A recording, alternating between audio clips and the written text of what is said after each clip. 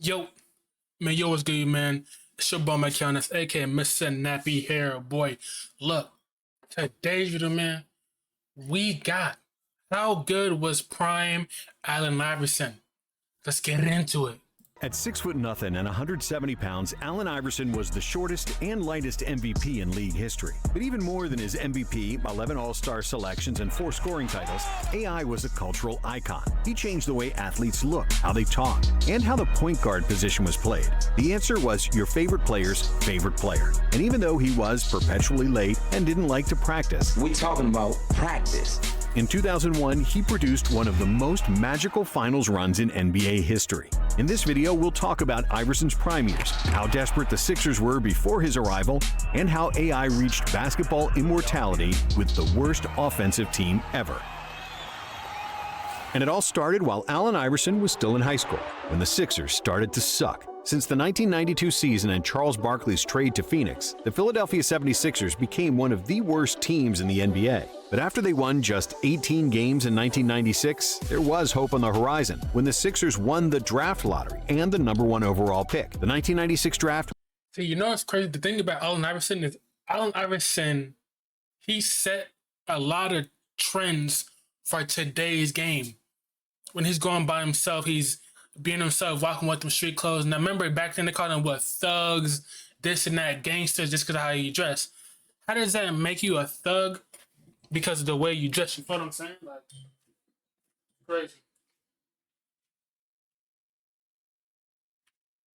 That's what I really meant to say. Like, they send calling him thugs and this and that and gangsters, calling because what he was wearing, jewelry, bling, just, you know what I'm saying? He's the one that did the arm sleeve because he said something about his elbow hurts. Now everybody does that for some swag. You know what I'm saying? Was the best class ever, producing 10 All-Stars and 5 Hall of Famers. But the Sixers' choice was easy, and they went for a sure thing. Yo, you gotta understand how bad this draft class was. Not bad, but how good it was. You had Steve Nash, Ray Allen. Ray Allen, remember? It's cold. Kobe. I think I forgot who this was, but this is a good draft class stuff for real. Producing 10 All-Stars and 5 Hall of Famers. But the Sixers' choice was easy, and they went for a sure thing. Despite some questions about his character and him being the smallest and the lightest player ever selected first overall, there were not that many questions about the answer's game. Because from the first moment he stepped on an NBA floor, there was no doubt this guy was the fastest player the league had ever seen. Even as a 155-pound rookie, Iverson put fear in people's hearts because nobody could stay in front of him. Iverson could change directions with the ball on a string, turn on the jets, and burn whoever, whenever. Plus, despite his small stature, Iverson had a long wingspan. He was wiry, strong, and fearless. If you tried to beat him up, he'd get up every single time and go at you 100 miles an hour again and again. In his NBA debut, AI scored 30 points, which was the 6th highest scoring game ever for an NBA rookie. Allen also broke Wilt Chamberlain's rookie record of 3 straight games with at least 40 points, doing so in 5 straight games, including a 50-point effort in Cleveland against the Cavaliers, who had the second best defense in the NBA that season. He thus became the second youngest player ever to reach the 50-point plateau. But the most memorable moment of his rookie season came against his idol, Michael Jordan. Jordan. The crowd is into it. Allen shakes. Iverson finished that game against Chicago with 37. Yeah, I gotta understand. He crossed over MJ. Pull up. Y'all, just imagine if Allen Iverson was like 6'4", 6'5", but like 6'4" like this, but with his crafty moves. Just imagine that if he was taller. Oh my gosh. Points on 15 for 23 shooting, completely outshining Jordan, who finished with 24 points on 9 for 24 shooting. In his rookie year, AI led the Sixers with 23.5 points, which was the 6th best scoring average in the NBA. He also ranked 11th in assists with 7.5 dimes per game. And even though he shot just 41% from the field, he made 155 three-pointers, which was near the top of the league. Iverson won Rookie of the Year. However, his 76ers sucked, and they were glued to the bottom of the standings. Look at these KPIs. That's a real crazy. If y'all think about it, like he was good in this. He was good, bro. Improved from the previous year, Coach Johnny Davis got fired.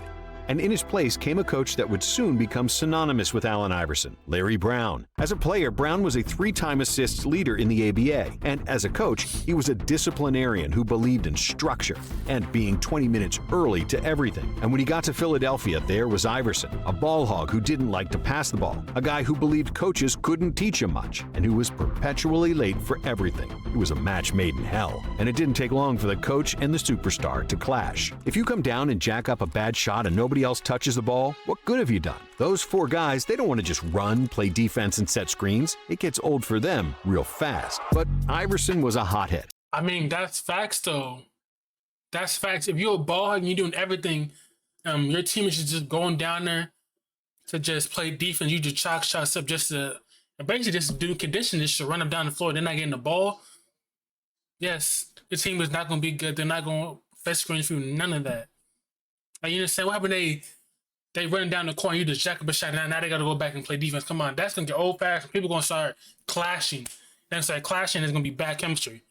And didn't like Brown's authoritarian style. He did not stay after practice to work on his game. If there was a shoot-around, he showed up when it started and left as soon as it was over, if he even showed up at all. When the other Sixers hit the gym, Iverson would just lay on the bench press machine, pretending to be lifting. Or he'd hide in the bathroom and eat junk food. Still, with more experience and Brown's efforts, Iverson improved. As a rookie, he led the NBA in turnovers with 4.4 per game. And in his sophomore season, he cut that to just 3.1. His shooting efficiency went up from 41% to 46%, and his decision-making improved, as Brown didn't want the Sixers to be a one-man show. If I had a mismatch last year, I could take it. I can't do that as much this year. That gets a little frustrating, Iverson said of his lack of freedom on offense. But despite Iverson scoring less than the year before, the Sixers improved, even though they didn't make the playoffs. However, in 1999, AI couldn't be reined in anymore, not even by Brown. The coach started to play Iverson as a shooting guard to get him off the ball, but the result wasn't more cutting to the basket and off-ball movement to make it easier for the offense. Sir, AI started gunning, leading the NBA in field goal attempts and averaging nearly as many turnovers as assists. The ball was still in AI's hands for the majority of the time, and thanks to an insane usage rate, he led the NBA in scoring with 26.8 points per game. But most importantly, thanks to their top 5 defense, the Sixers were finally successful with their first winning season in 8 years.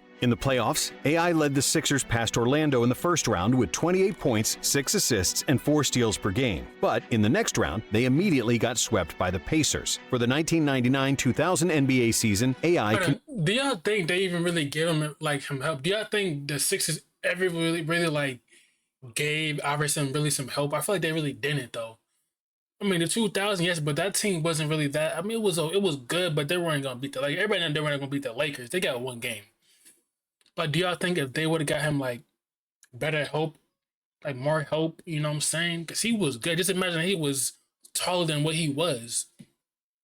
Come on up, dog. Continued on the same trajectory. He took 25 shots per game, which was nearly a third of all the Sixers' attempts. He averaged 28 points, which was second best in the league, and he made his first All-Star team. The Sixers again won their first-round playoff matchup, but they once again lost in the second round to the Pacers. On the surface, Iverson had a successful year. He was a fan favorite and was becoming a cultural icon, with nearly half the NBA copying his hairstyle, getting tattoos, and wearing baggy clothes. However, inside the locker room, it was horrible. Iverson missed half of the team's practice sessions. And for the ones that he did show up to, he was late. And Larry Brown, who was setting up his clocks 20 minutes early just so he was never late for anything, was fed up. Brown publicly criticized the behavior of a star player. I wonder what your relationship would be with any employee that you might have who doesn't choose to come to work. And suspended him for one game, to which Iverson went berserk.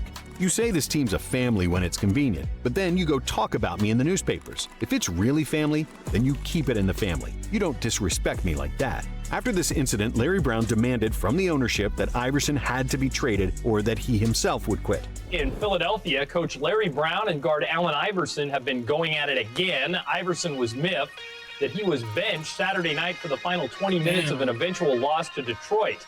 And Iverson shared the same sentiment about his coach. wanting him gone. He believed that he was a superstar and that the Sixers would get rid of Brown to keep him. But then, a shock. During the offseason, the Sixers decided to trade Iverson and were openly shopping him across the league. Finally, in late July of 2000, a 4-team, 10-player deal was made between the Pistons, Hornets, Lakers, and Sixers that would have sent Iverson and center Matt Geiger to Detroit. However, at the last moment, Matt Geiger refused to waive his trade kicker bonus, which messed up the finances of such a complicated trade, and everything fell through. But this near trade finally sobered up Allen Iverson. He realized that he was not above the team, that he was acting like a prima donna, and that if he didn't clean up his act, the Sixers would get rid of him as soon as they got the chance. From that point, so they try to trade him because the coach. I understand, but that's your star player, though. Oh, yeah, superstar. That was the team you put first overall. Allen Iverson, he's from the Sixers. Like, he should have been there for like his whole career. Yes, he was probably hard-headed and thought he was too good to listen to anybody, but come on, that's Allen Iverson. That's like today's John Morant today. Literally, this looks like today's John Morant. If Allen Iverson was in today's NBA, it's literally John Morant.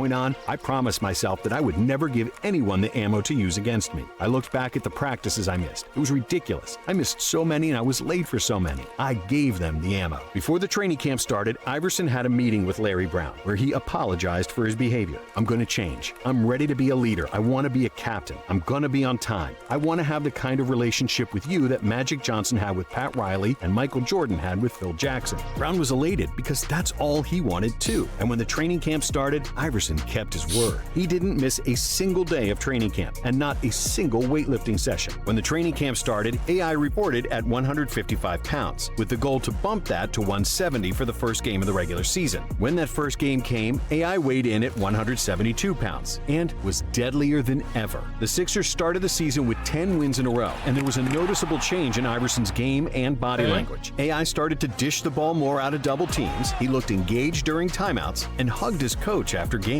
This new dynamic between Brown and Iverson culminated during the All-Star game, when Allen's fourth-quarter explosion carried the East to victory. Since the 76ers had the #1 seed, Brown coached the game. And after Iverson was presented the All-Star game MVP, his first words were, "Where's my coach? Where's my coach? Coach Brown. Is he around?" Before the trade deadline, the Sixers traded Tony Kukoc and Theo. Damn. All it took for them to almost trade him to Detroit, to where he's like, oh yeah, he did not want to go to Detroit. But remember, in the early 2000s, Detroit was good though. Detroit was good, you know what I'm saying? But and it's just a guy, but Mutombo and all that, they traded a Kukoc. Yeah, man. That's crazy. It took him them to almost trade him, but it didn't go through to him really realize and that he was being, you know what I'm saying, not listening and all that, to where he's now instead of coaching being better. If Allison would have stayed like that for the rest of his career, he probably would have went. Well, he did go down as one of the best Sixers of all time. But I'm saying like, so like people will. I feel like if he would have stayed like on the Sixers and actually like listening and all that, I feel like people would have given him more credit than that. I feel like people discredit Allen Iverson now because they say he's a thug and this and that, which he wasn't. He was just being himself. You know what I'm saying? Ratcliffe for Dikembe Mutombo, who won Defensive Player of the Year that season. The Sixers secured the #1 seed in the East, and for the first time since their championship year in 1983, it looked like they could go all the way. After they defeated the Pacers in the first round of the playoffs, Iverson was named the league MVP, with averages of 31 points, 4.5 assists, and 2.5 steals. On top of a Defensive Player of the Year and the MVP, the Sixers also had a sixth man of the year in Aaron McKee. However, in the second round, another problem awaited, and the clash with the high-flying superstar Vince Carter. Vince and AI were the most attractive players in the NBA, and their matchup was one of the most exciting duels in NBA history. In Game 1 in Philly, both Iverson and Carter went over 35 points, but That's Toronto crazy. won. In Game 2, AI scored 54 to even the series, and Carter immediately countered with 50 of his own in Game 3. The Sixers evened the series in the fourth game, and in Game 5, Iverson eclipsed 50 again, finishing with 52 points, 7 assists, and 4 steals to give Philadelphia a 3-2 series lead. But in Toronto, Carter played out of his mind again, scoring 39 points to extend the series and force a Game 7. On the day of the deciding game, Carter had a graduation ceremony in North Carolina, and he decided to participate. After 2 flights that day, he made it to Philadelphia, but he was exhausted and played an awful game, including a final second miss that would send the Sixers to the conference finals. AI had a horrible shooting night, but he did finish with a career-high 16 assists, and doing everything in his power to lead Philly to victory. And in the conference finals, they faced another NBA legend, Ray Allen and his Milwaukee Bucks. Y'all got me saying Ray Allen, when he was on the Bucks, see, people think of Ray Allen, he was just a shooter, just shooting threes in the corner with LeBron. Hey, y'all really know Allen Iverson? Allen Iverson was that nigga for Allen Iverson. I mean, not Iverson, Ray Allen. Ray Allen was going crazy. Y'all know from what's that one movie when Denzel Washington, when they called him like Jesus said his worth or something like that? Ray Allen was good. He was about when he first come on now. Yeah, if y'all don't know about Ray Allen first coming into the league with the Bucks and going crazy, look him up. Sam Cassell and big dog Glenn Robinson looked like the better team at the beginning of the series, and after Game 2, it looked like the Sixers were doomed. The game was tied, but Allen Iverson injured his hip and was ruled out of Game 3, and without their best player, the Sixers had no chance against Milwaukee. But being as tough as he was, Iverson pushed through the pain and suited up for Game 4. And even though his hip contributed to an atrocious shooting performance from Iverson, 10 for 32 shooting, the Sixers somehow pulled through in a must-win game. And then, in Game 5, Iverson had an even worse game, shooting 5 for 27 and scoring only 15 points. But he did have 9 rebounds and 8 assists, and the Sixers somehow eked out an 89-88 win. AI's scoring came back for Game 6, and he finished with 46 points. But the Sixers lost and were due for another Game 7. But when it was most important, Iverson played the best game of the series, finishing with 44 points and 7 assists to push the Sixers to the NBA Finals. After a decade of irrelevance and losing, the Sixers were on the brink of basketball immortality, reaching their first finals in 18 years. However, in the 2001 finals, there was a worst possible opponent. The Los Angeles Lakers, with prime Shaq and Kobe, didn't lose a single game on their way to the finals. But in Game 1, Allen Iverson was destined to change that. In the first half, Iverson played like a madman, torching Kobe and Derek Fisher for 30 points. However, in the second half, Phil Jackson decided to put in Iverson's doppelganger, Ty Lue. Leading up to the finals, Lue barely played. However, he was the only player on the Lakers fast enough to keep up with AI, and he did a fantastic job, holding Iverson to just 3 points in the final stretch of regulation. But then came overtime.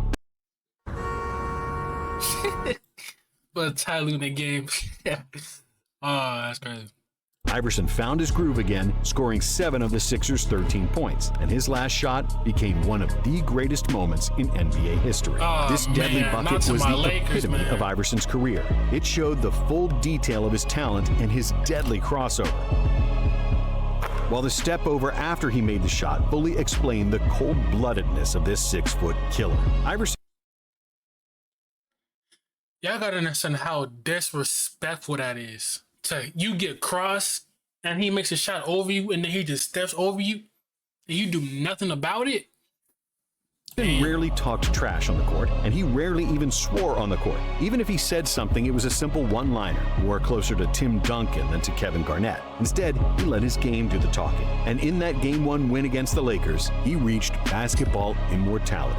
He finished with 48 points, 6 assists, and 5 steals, almost single-handedly defeating the team that was undefeated in the playoffs. It was the 6th highest scoring game in NBA Finals history. However, in the next 4 games, the Lakers proved their dominance and won the title, as nobody in the NBA could deal with Shaq. And even though Iverson lost, he became a people's champion and an NBA legend. The 76ers averaged 94.7 points per game that season. Allen Iverson averaged 31.4 of those, with none of his teammates averaging over 12 points. In fact, none of his teammates averaged more than 18 points per game at any point in their careers, and most never even averaged 15. Other than Iverson, the 2001 Sixers were the worst offensive team that ever reached the NBA Finals.